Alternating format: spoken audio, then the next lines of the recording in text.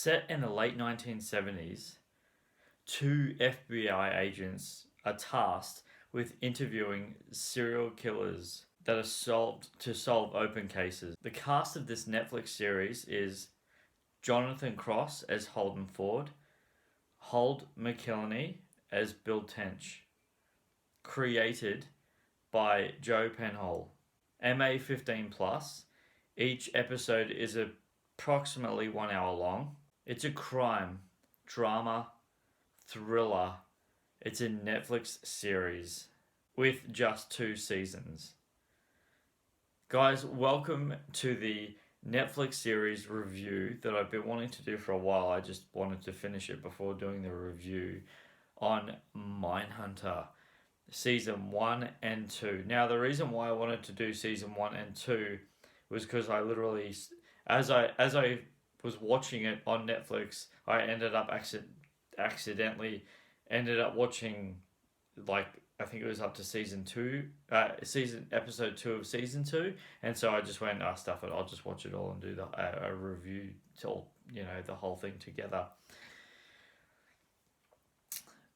So I want to talk about an episode before I really get onto my thoughts about this series. I just want to talk about an episode. Season 2, episode 5. Okay? Now, if you haven't seen Mindhunter, don't jump ahead to this episode, and you'll understand why when I get into the review. I don't do spoilers. Anyone who's been following me for any period of time knows I don't do spoilers. But I need to say this, and this isn't a spoiler.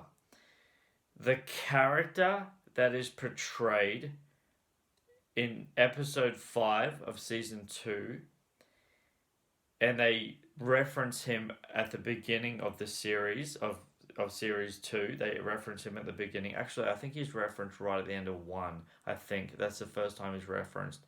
But then again, at the beginning of season 2. This character is also in the movie and plays an extremely small cameo, massively small cameo, in Once Upon a Time in Hollywood. And he's just a really, really small role in that. But in this episode, episode 5, season 2 of Mindhunter on Netflix, they bring him back. And they bring him in, and he is in this episode who I've known, who I've seen him in interviews to be, and anything that I've ever seen him about in every way, shape, or form. I'm not going to give it away. I'm not going to tell you who.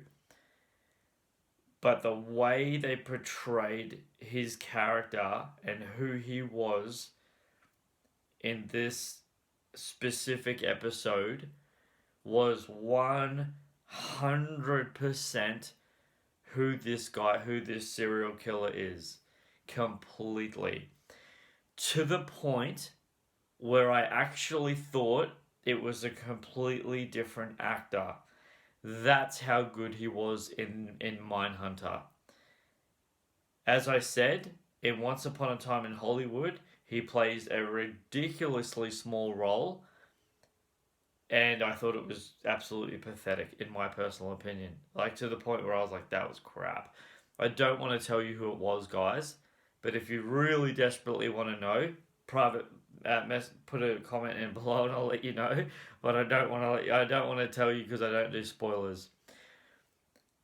But the character, the guy who portrayed the character, nailed it 100%.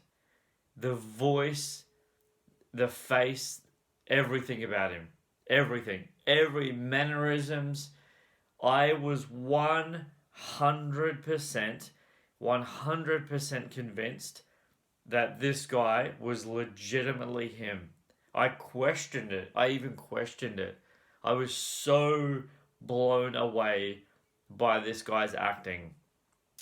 Now, I want to go back a little bit to season 1, where they interview one of the first guys in this, the first criminal. I don't understand how they got this guy to be as creepy as he was. I just don't understand. But this guy, the first criminal that they really, really got deep with, was a massive guy, and the detail that he went into was so disturbing. It was so crazy, it was so full on, but it had me personally, I was captivated by what he was saying. Now, guys, I want to tell you just really quickly. I'm not going to lie to you guys, honestly. I don't. I just give my honest opinion on all movies, film, everything like that. I'm just going to be completely honest. I really did not understand the hype behind this series. I I genuinely didn't understand it. I don't understand why people are so excited about season 3 if they're going to do a season 3. I just genuinely didn't and don't get it. It's good, but it's not like, oh my gosh, you gotta go check this. It's not like that. That is just my opinion. It honestly is my opinion, but I just don't understand it. I really, really don't. I don't get the hype around it. Maybe it's because of the fact that they're serial killers and it's just so interesting. Maybe that's the idea behind it. Maybe it's just because of the fact that not for 1 second do you believe that it's filmed in this era of time because of the mannerisms, the clothing, the color palette of it, the entire thing. It genuinely 100% looks like it's done in the 70s, 1970s. The cars, everything. Everything. In fact, there's literally one scene where I feel like they dropped the ball. Now, before I talked about dropping the ball, I'm going to tell you about a joke. Now, if you're not from Australia watching this, there's a high possibility that you will not understand this, okay? But in Australia, there's a very big car competition that's been going on for years and years and years and years and years and years and years. And it happens in like Bathurst and stuff like that. And it's to do with two car companies, Holden and Ford.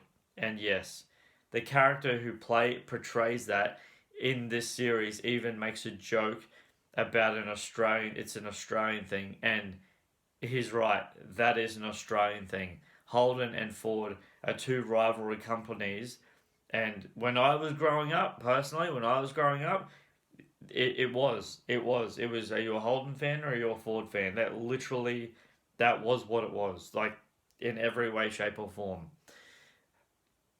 And yeah, he does make a reference to his name being Holden Ford, and the lady's like, your name's Holden Ford. He's like, yeah, it's an Australian thing. And yeah, he's right. And that's why I'm talking about this character slipping up a bit. This might be a fashion trend back then, but I saw the fashion trend probably in the 90s. And it wasn't huge, but I kind of felt that it was the only slip up in the series that made me question the cinematography palette of it. And where Holden Ford, it's right at the end of season 2. Holden Ford is wearing his shirt's untucked. The entire series before that, he has his shirt tucked in and tie on. But he's got a white untucked polo shirt with a like a greyish suit jacket over the top. Now I remember back in the day, in the 90s, it might have even been the 80s, and remember this is back in the 70s, where that was a kind of not a really popular look, but it had some gravity to it. And that was the only part of this series that I've looked at and gone, yeah, that's made me think of not so far back, but I could be wrong. I could be completely wrong about that. Let me know in the comments below. Let me know, guys, if you remember people wearing that. You know what I mean? I could be completely wrong. I'm not that old, so guys, I don't know if I would say that this is a run out and see this ASAP. I really don't. I really, really don't. but it's not terrible. It's really, really not terrible. The rewatchability factor in this, as you know, I love that word, TV, movie, I don't care what it is. That word rewatchability has so much power when it comes to film and television. And I don't know whether this is. There's some scenes that have the rewatchability, especially the guy at the beginning of season one, and definitely 100% episode 5, season 2. Season 2, episode 5. I don't want to tell you who it is. Just just watch it, and when you get there you'll know exactly who I'm talking about. Man alive, that guy is that episode has heavy rewatchability. It is in wow, he convinced me completely. 100%. Guys, have you had a chance to see Mindhunter on Netflix? Let me know in the comments below. I'd really appreciate your feedback on what you think about it. Guys, if you haven't already, please go ahead and subscribe to my YouTube channel. I really value that. Please click the bell for notifications, and anytime I drop a review, it's all yours. And like this, if you like this movie review, I really appreciate that so much, guys. Thank you so much for sticking around. Is there any other movies or TV shows that you've thought of that you'd like me to review? I'd really appreciate your feedback. That means so much to me. Thank you so much for being around. Until my next time, this is Superman Steve.